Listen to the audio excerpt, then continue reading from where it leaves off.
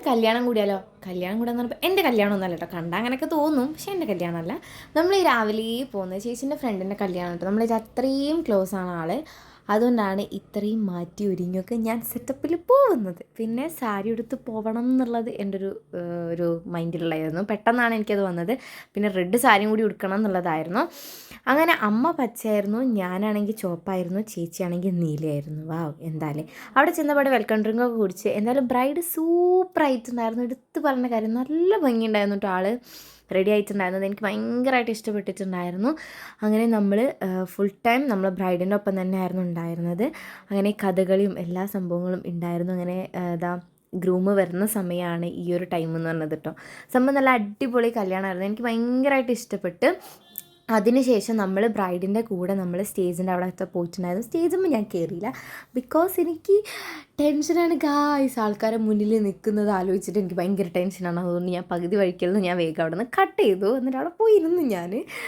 അങ്ങനെ നമ്മളിതാ ബ്രൈഡൊക്കെ സ്റ്റേജിൽ കയറി, പിന്നെ മാലയുടെ അങ്ങനെ കുറേ സംഭവങ്ങളുണ്ടായിരുന്നു.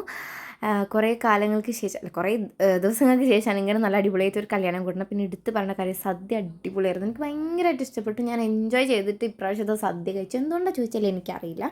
അങ്ങനെ ഇതാ താലി കെട്ടി, നല്ല അടിപൊളിയായിരുന്നു പരിപാടി എല്ലാം.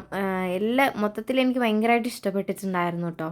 ഗ്രൂം ആണെങ്കിലും ബ്രൈഡാണെങ്കിലും നമ്മളായിട്ട് നന്നായിട്ട് ക്ലോസ് ആണ്, രണ്ടാളും നല്ല അടിപൊളിയാണ്. ഇവരുടെ വരമാല പ്രിസർവേഷൻ്റെ വർക്ക് എനിക്കാണ് കിട്ടിയിട്ടുള്ളത്, അതും കൂടി ഞാനിതിൽ പറയണല്ലോ. അതിൻ്റെ വീഡിയോ എന്തായാലും ഉടനെ വരുന്നതായിരിക്കും.